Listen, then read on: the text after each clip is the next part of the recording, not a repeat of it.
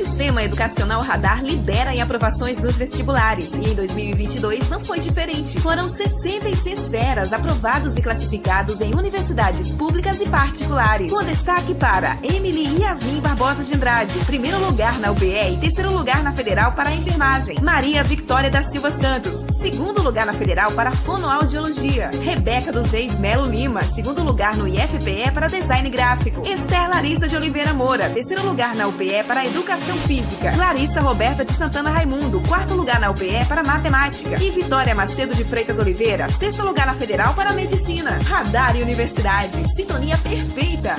Levanto cedo, cuido bem da terra, de sol a sol em meio à plantação, tocando a vida com tranquilidade, ao meu lado casa do agricultor.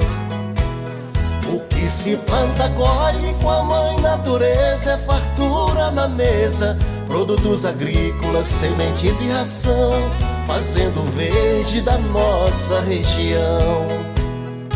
Tudo que o homem do campo precisa em um só lugar, com um atendimento todo especial. Casa do agricultor, não existe outra igual. Levanto cedo, cuido bem da terra.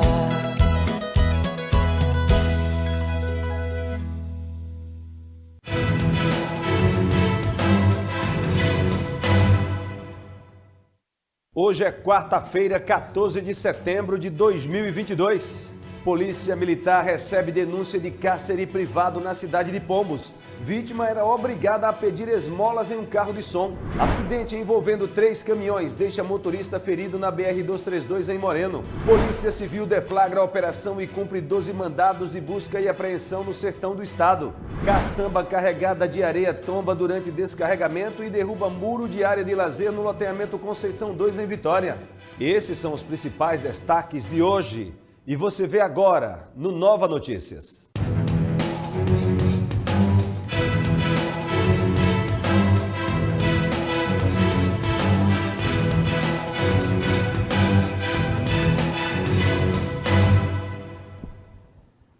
Boa noite.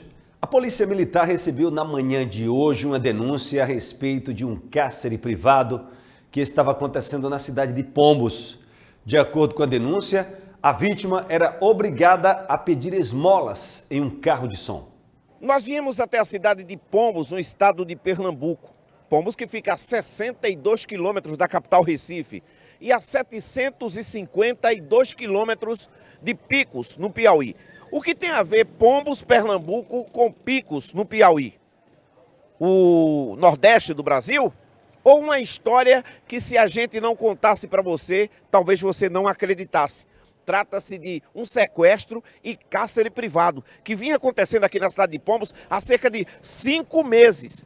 5 meses e ontem, dia 13, por volta de 1 hora da tarde, 13 horas, a polícia conseguiu, através de uma denúncia anônima, identificar um senhor que vinha sendo mantido trancafiado há mais de 5 meses aqui no município de Pombos. Motivo? Você vai conhecer agora na nossa reportagem. A equipe de reportagem esteve na companhia do 21º Batalhão do município de Pombos e de lá fomos até o local onde o senhor Jean vinha sendo mantido em cárcere privado. Por volta das 12 horas da última terça-feira, dia 13, a companhia de polícia do 21º Batalhão do município de Pombos recebeu uma denúncia anônima que, na Rua da Linha, como é conhecida no centro da cidade de Pombos, havia um homem trancado dentro de um galpão com um cadeado fechado pelo lado de fora. As viaturas foram até o local, averiguaram a situação e constataram que havia veracidade dos fatos. Chegando ao local, havia um senhor que se identificou com o nome de Jean José da Silva, residente no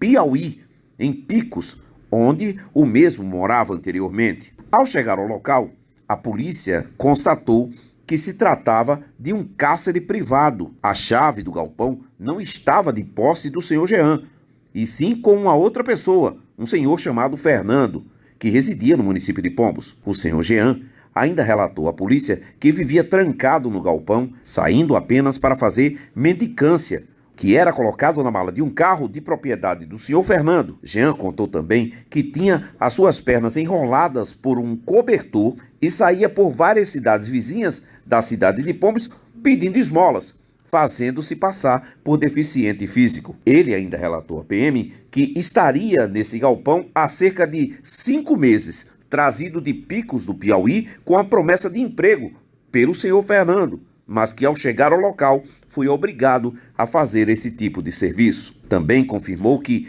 não havia recebido nenhum valor até então e que ficava no galpão trancado dia e noite apenas com água e comida e que fazia suas necessidades fisiológicas em garrafa PET e também em bolsas plásticas. A polícia, após localizar o acusado de nome Fernando, apresentou o mesmo na delegacia onde as providências devem ser tomadas. Na rua onde o galpão é localizado, conhecida como Rua da Linha, nós tentamos conversar com a vizinhança e vejam só o que essa senhora que mora próximo ao galpão falou para a nossa equipe de reportagens. O rapaz que morava dentro, a senhora via ele chegando? Nunca vi esse homem. Nunca chegou a ver. O Jean, nunca viu o Jean? Nunca vi, não. Nem saindo, nem entrando? Não. A senhora sabia que morava uma pessoa aí já há 5 meses aí dentro, não? Tinha ideia? Tinha mais ou menos ideia, porque a gente via chegar alguém e botar a comida pela brecha ali, aí a gente desconfiava, né, que Sei. tinha alguém dentro, né? Quer dizer que a pessoa trazia comida e colocava pelas grades ali, era? Mas a senhora via ele fora, não? Não, nunca vi, não. O tenente Queiroz fez um relato do que estava acontecendo no local na chegada da polícia e fez um alerta à população. A Polícia Militar chegou até o local através de denúncias. A população entrou em contato com o telefone da polícia e informou a situação que estava acontecendo nessa rua. E aí a gente aproveita a oportunidade para destacar a importância do trabalho da população em, ao visualizar ou perceber alguma coisa estranha na sua rua, no seu bairro, sempre informar a polícia para que a polícia tome as medidas necessárias. Um cárcere privado, né? Sim, positivo. Tudo indica aí a situação bastante complexa, diferente. O indivíduo que trabalhava para outra pessoa em troca de comida. E ele foi trazido de um estado para outro, né? Segundo as informações, há 5 meses que ele estava nesse local. Situações precárias, inclusive fazendo as necessidades fisiológicas em bolsas plásticas, garrafa PET, né? Sim, um indivíduo trancado, sem poder sair, sem ter a liberdade de ir, sair, permanecer a hora que ele quiser. E a questão da alimentação a cargo da pessoa que mantinha ele nesse cárcere privado e a questão também sanitária, né? De saúde aqui, que ele fazia suas necessidades de forma precária. E a polícia trabalhando como sempre para colocar atrás das grades os meliantes que possivelmente alteram a lei. Sem dúvida, essa é a missão da polícia. E a polícia informou que o suspeito que estava com essa vítima aí foi ouvido em uma audiência de custódia e liberado para responder em liberdade. Um acidente envolvendo 3 caminhões deixou o motorista ferido na BR-232 em Moreno. O acidente ocorreu por volta das 6h10 da manhã de hoje, no quilômetro 28 da BR-232 em Moreno, no sentido interior. De acordo com a Polícia Rodoviária Federal, foi uma colisão traseira entre 3 caminhões. O motorista do caminhão de trás, que transportava lixo, ficou ferido e preso às ferragens. O corpo de bombeiros foi acionado até o local e retirou a vítima. Ele foi encaminhado ao Hospital João Murilo de Oliveira, em Vitória. Os motoristas dos outros 2 caminhões não se feriram. A faixa da esquerda ficou interditada. Os veículos tiveram que desviar pela outra faixa e pelo acostamento. Devido ao acidente, o trânsito ficou congestionado no local. Os motoristas dos outros 2 caminhões realizaram o teste do bafômetro e o resultado foi negativo para álcool. Os 3 caminhões foram retirados da via, deixando o trânsito livre. As causas do acidente ainda serão investigadas. A Polícia Civil deflagrou uma operação e cumpriu 12 mandados de busca e apreensão domiciliar no sertão de Pernambuco. Na operação deflagrada nesta quinta-feira, dia 14, pela Polícia Civil de Pernambuco, na cidade de Floresta, no sertão pernambucano, 12 mandados de busca e apreensão domiciliar foram expedidos contra uma organização criminosa voltada à prática de vários crimes, como tráfico de drogas, roubo, receptação, posse e porte ilegal de arma de fogo. A investigação foi iniciada em agosto do ano passado com o objetivo de desarticular o grupo. Os mandados foram expedidos pelo juízo da Vara Única da Comarca de Floresta. Na execução, foram empregados 70 policiais civis e 21 policiais militares. Passageiros enfrentaram problemas por falta de transporte no Recife. Os motoristas decidiram paralisar as atividades. os passageiros que precisaram pegar ônibus na manhã de hoje aqui no centro da cidade foram surpreendidos. Isso porque os motoristas, a pedido do sindicato, pararam as atividades para manifestar sobre diversos fatores, como a escala de trabalho dobrada, eles terem que cumprir a função também de cobrador, entre outras reivindicações, como a questão da manutenção dos veículos, que segundo eles é precarizada. Eu converso com o Aldo Lima, ele que é presidente do Sindicato dos Rodoviários. Aldo, essa manifestação é de fato pelo quê? Bom, nós estamos denunciando o sucateamento da frota de ônibus. Nós encaminhamos um ofício para o Grande Consórcio Recife e não tivemos nenhum retorno do Grande Consórcio, porque queremos tratar essa situação, queremos discutir esse problema. Os motoristas estão sendo obrigados a conduzir os veículos com problemas gravíssimos de manutenção, problemas de caixa de direção, problema de freio, né, e por aí vai. Infelizmente, esses profissionais não aguentam mais trabalhar nesses veículos com problemas, estão nos mandando vídeos, nos informando dos problemas, inclusive dizendo que estão sendo ameaçados por parte da empresa. Caso retornem com os veículos com problema, eles estão sendo punidos, advertidos, até mesmo suspensos. Então o sindicato não vai admitir, né? Infelizmente, essa é a única forma de denunciar esses problemas do sucateamento dos ônibus, né? E para agravar mais ainda essa situação, o Grande Consórcio Recife baixou uma portaria onde obriga os motoristas a terem que passar troco no valor máximo de R$50, quando antes era de R$20, dificultando mais ainda a vida desses profissionais. Nós não vamos concordar com isso, vamos fazer protestos, quantos necessários for, para que eles nos recebam, discutam o transporte com a gente, até porque aqui tem a representação dos trabalhadores, do setor obreiro, da categoria dos trabalhadores, certo? Vocês já conversaram com as empresas? O que elas falaram sobre esses casos?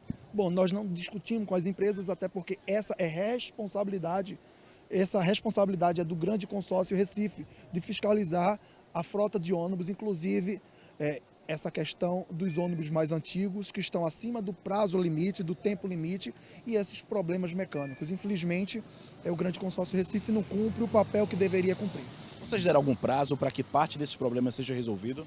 Bom, a princípio os ônibus novos, né, e os pouquíssimos que chegaram para algumas empresas, esses ônibus já eram para chegar com ar-condicionado. Infelizmente não está, né? As empresas descumprem tudo, não tem prazo a dar porque eles não cumprem prazo nenhum. E o Grande Recife não fiscaliza. Inclusive eu quero chamar a atenção aqui do Ministério Público, o setor responsável, né, que é o setor de transporte, para que fiscalize essas empresas e vejam a situação, tanto do motorista profissional, como também essa situação do sucateamento da frota de ônibus. Aldo, muito obrigado pelas suas informações. Esses ônibus pararam tanto aqui na Conde da Boa Vista, quanto também na Avenida Guararapes e parte deles também nas proximidades do Parque 13 de Maio. Os passageiros enfrentaram esse problema, não foi, né?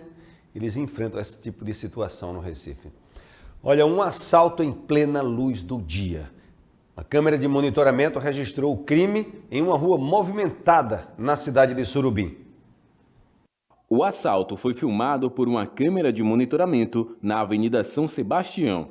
Observe na imagem que uma mulher chega de moto e estaciona na frente de um estabelecimento comercial. Ela conversa com alguém e, quando decide voltar para o veículo, aparece o criminoso que a observava de uma esquina. A movimentação intensa de veículos e pessoas não intimida o criminoso, que saca a arma e anuncia o assalto. Na tentativa de fugir, a vítima acelera e acaba atingindo uma idosa que passava na calçada. As duas caem e o criminoso aproveita a situação para roubar a bolsa da motociclista. Em seguida, ele foge e a mulher corre para um estabelecimento comercial para pedir ajuda. A idosa, que não teve o nome divulgado, ficou ferida e foi socorrida para uma unidade de saúde da região. O criminoso ainda não foi identificado e a polícia investiga o caso. É revoltante, né? Em plena luz do dia. Aí uma idosa acaba ferida porque a mulher também cai da moto. É uma situação inaceitável. Uma caçamba carregada de areia tombou durante o descarregamento e derrubou o muro de uma área de lazer no loteamento Conceição 2 aqui em Vitória. O acidente foi registrado por volta das 8 da manhã desta quarta-feira no loteamento Conceição 2 em Vitória. O motorista havia parado para descarregar a caçamba que estava carregada de areia molhada. O caminhão tombou e bateu no muro de uma área de lazer que foi ao chão. O motorista sofreu escoriações e não quis falar sobre o assunto. Um caminhão estourou o pneu na BR-232 aqui na entrada de Vitória e acabou subindo na mureta da pista. Devido ao acidente, o caminhão subiu na mureta da pista. O pneu do veículo teria estourado por volta das 7 da manhã de ontem, no quilômetro 47 da BR-232, em Vitória, sentido Recife. De acordo com a Polícia Rodoviária Federal, o motorista ficou ferido, a princípio sem gravidade. Ele foi encaminhado ao Hospital João Murilo de Oliveira, em Vitória. Durante a abordagem, o motorista realizou um teste do bafômetro, dando resultado negativo para álcool. A faixa da esquerda ficou interditada, porém não provocou congestionamento. É aquilo que a gente sempre fala, né? Trânsito é sempre perigoso, é muito bom a gente tomar muito cuidado. Olha, a gente vai para um breve intervalo comercial, mas depois a gente volta com a entrevista com a secretária executiva de Educação, Valesca Barros, falando sobre o funcionamento da primeira creche inaugurada aqui em Vitória de Santo Antão.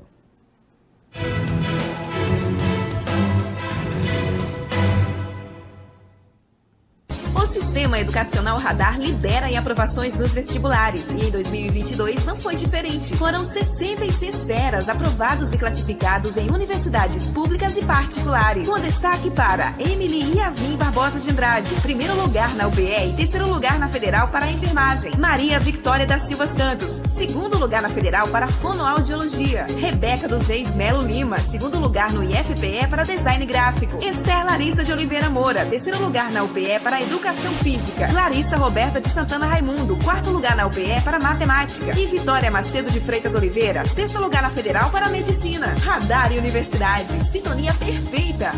Levanto cedo, cuido bem da terra, de sol a sol em meio à plantação, tocando a vida com tranquilidade, ao meu lado casa do agricultor.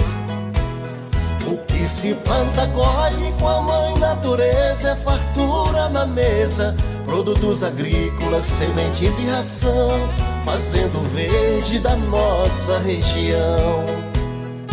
Tudo que o homem do campo precisa em um só lugar, com um atendimento todo especial. Casa do agricultor, não existe outra igual. Levanto cedo, cuido bem da terra.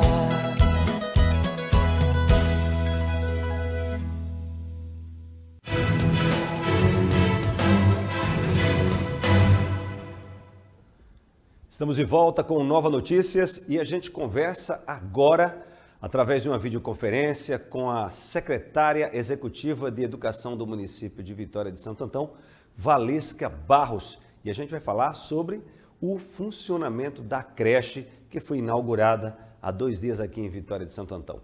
Boa noite, Valesca, e obrigado por você ter aceitado o nosso convite. Boa noite aos telespectadores da Nova Notícias Vitória.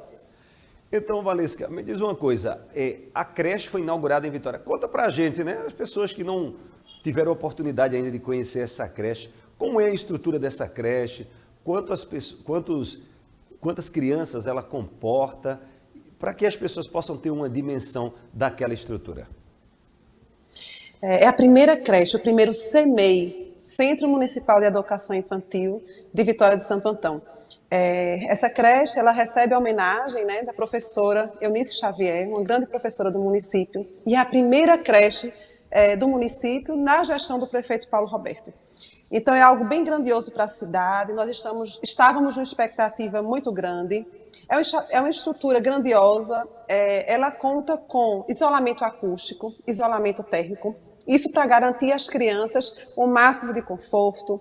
Além disso, o piso das salas ele também absorve o impacto também para minimizar o choque em caso de quedas. Bem, as salas elas são 10 salas, que vão ser salas climatizadas. As crianças, elas terão suporte de psicologia, nutrição, de psicomotricidade, além de uma equipe pedagógica preparada para atender todas essas crianças, né? Elas chegarão às 6 da manhã e ficarão até às 6 da noite. Né? Então, as mamães e os papais do município de Vitória de Santo Antão vão poder trabalhar, garantindo a essas crianças uma boa estadia e uma boa aula durante toda a semana. Ah, perfeito, perfeito, Valesca. Me diz uma coisa, o dia todinho, né? Então, 6 da manhã e 6 da noite, realmente, os pais aí, né? Até mães solteiras, né? Principalmente, elas que precisam muito, vão ter essa ajuda aí. Agora, centro educacional. Porque, no caso, não é só um local onde as crianças ficarão lá, digamos assim, aguardando os pais. Eles também receberão aulas. Como é que funciona essa questão? Isso, perfeito. É o Centro Municipal de Educação Infantil. E é integral, como você falou, né? Por que isso? É a preocupação do prefeito Paulo Roberto com a primeira infância. O que acontece? No nosso município, nós só tínhamos escolas privadas que garantiam aula para as crianças a partir dos 2 anos de idade. O prefeito entende que essa primeira infância é importante para o resto da vida, né? Inclusive, a gente desenvolve pesquisas no município. Nós temos um grupo de pesquisa, nós somos da Universidade Federal de Pernambuco também, e nós estudamos o quanto a nutrição e o quanto o estímulo à cognição dessas crianças podem ser determinantes para o resto da vida. Então, preocupado com isso, o prefeito Paulo Roberto investiu com recurso próprio. Esses CMEs são todos realizados, construídos com recursos próprios. É porque vocês sabem que a gente já está inaugurando o próximo CME ainda nesse semestre, né? Que é o do Lídia Queiroz, da professora Severina Moura. Então, essas crianças vão sim ter aula, né? Nesse semestre, nós estamos atendendo crianças a partir de 1 ano e 1 mês de idade, até os 4 anos e 11 meses. Com 5 anos de idade, a criança já vai entrar na nossa escola, já vai sair do CMEI, indo para nossas escolas do município.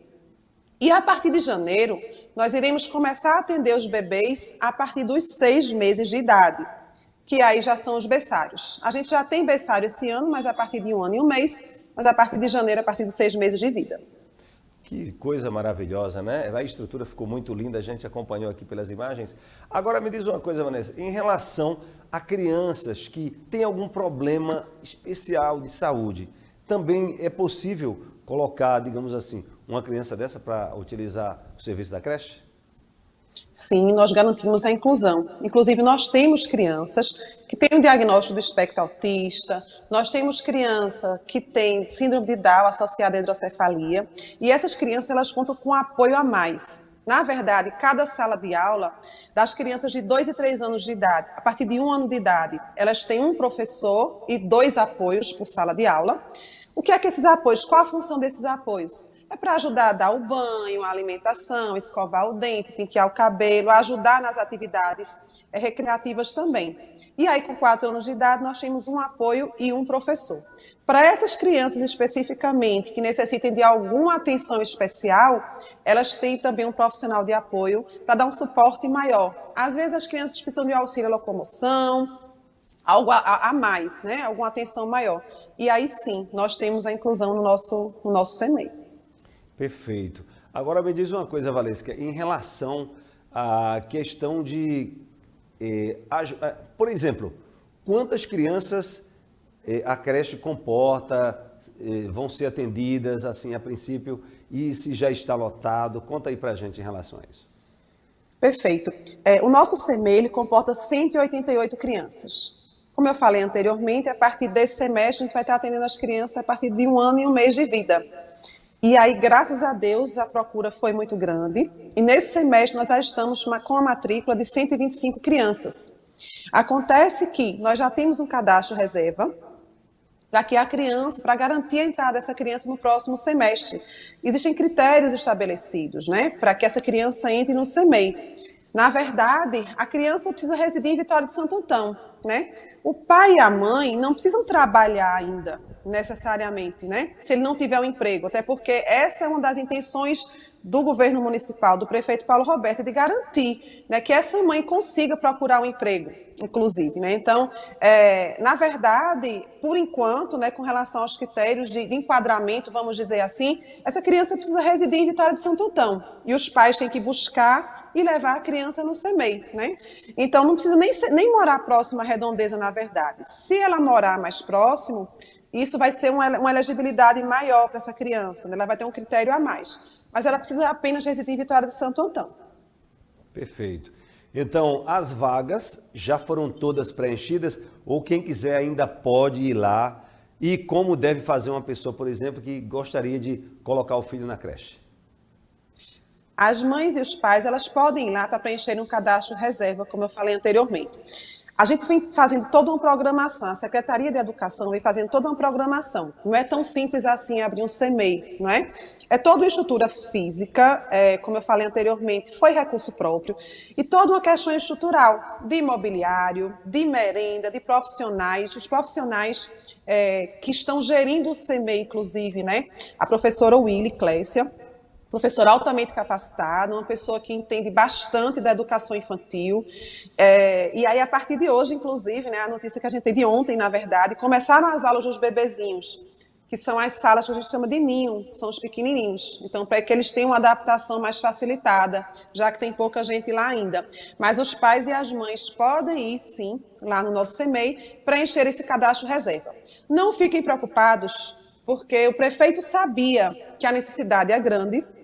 Por isso, então, que a gente também está correndo para finalizar com a construção do CEMEI Professora Severina Moura, lá no Líder Queiroz. Então, o prefeito também garante que ainda nesse semestre o nosso segundo CEMEI vai estar sendo inaugurado. E também outro detalhe é que a creche, né, o CEMEI do CAIC, também já está sendo reformado. Perfeito. Agora me diz uma coisa, Valesca. Os pais que forem levar esses filhos pagam alguma taxa? Tem que ficar pagando alguma coisa ou é tudo gratuito? Informa isso aí pra gente. De forma alguma. É tudo gratuito, né? Na verdade, é um serviço público gratuito, municipal, toda a manutenção desse CEMEI. Por enquanto, a gente não tem verbas federais, porque o prefeito abriu ela com recurso próprio. E, nesse momento, o prefeito também garante todo o funcionamento com recurso próprio. Isso é muito grandioso e é válido dizer que são poucas os gestores que se preocupam com essa educação infantil, com esses pequenininhos. Porque a criança é caro, tudo da criança é caro. Ela vai chegar lá cedinho, vai tomar café da manhã, lanche, almoço, lanche e jantar.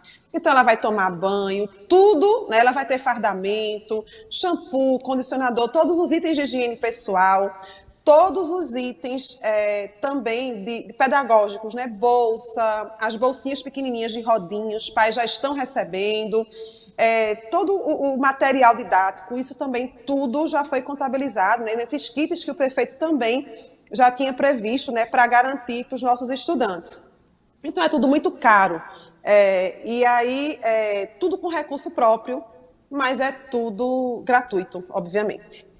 Perfeito, Valesca. Olha, você gostaria de acrescentar mais alguma informação a respeito da creche, do funcionamento? Porque a gente encerra a nossa entrevista agora e você pode concluir com alguma informação a mais que você queira acrescentar. Eu gostaria de agradecer pelo convite, né? E ratificar a importância da preocupação do prefeito. É um pedido dele. Esse CEMEI, ele demorou um pouquinho a ser entregue.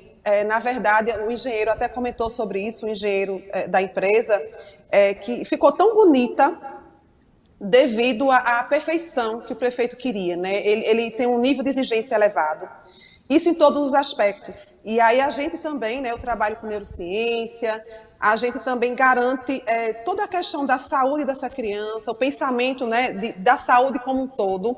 E dizer aos pais que eles fiquem tranquilos, que lá no CEMEI eles vão estar sendo muito bem atendidos. Nós temos uma parceria com a Universidade Federal de Pernambuco, essas crianças elas vão realizar psicomotricidade, né, que é a atividade física dos pequenininhos. Eles vão ser inseridos na questão ambiental. Inclusive, na última semana de setembro, nós iremos ter a Semana do Bebê, que aí vai ser promovida pelo município em parceria com a Unicef. E aí também lá a gente vai ter plantio de árvores para que essas crianças também já sejam inseridas nesse momento. Nós temos hortas, então assim, algo muito grandioso. Convidar a população vitoriense, obviamente eles não vão poder entrar em qualquer horário, mas assim, eles podem ir lá, conhecer, agendar horário e divulguem, minha gente, porque é um trabalho muito bonito. Muito obrigada. Perfeito. Valesca, eu quero agradecer a sua participação aqui em nosso programa. Muito obrigada, boa noite. Boa noite. Olha, o Nova Notícias vai ficando por aqui, mas a gente volta amanhã às 7h30 da noite. Boa noite e até amanhã.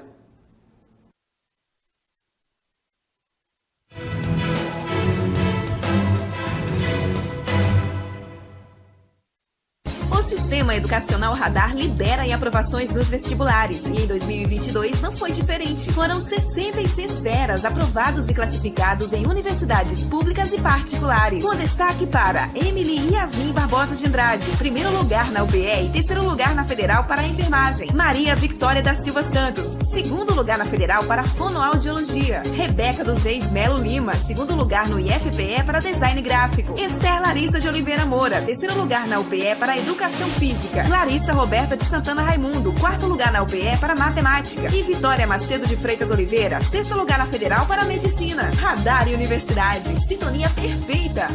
Levanto cedo, cuido bem da terra, de sol a sol em meio à plantação, tocando a vida com tranquilidade, ao meu lado casa do agricultor.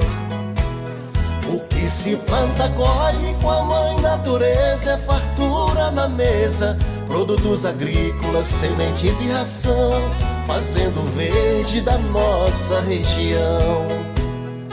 Tudo que o homem do campo precisa em um só lugar, com um atendimento todo especial. Casa do agricultor, não existe outra igual. Levanto cedo, cuido bem da terra.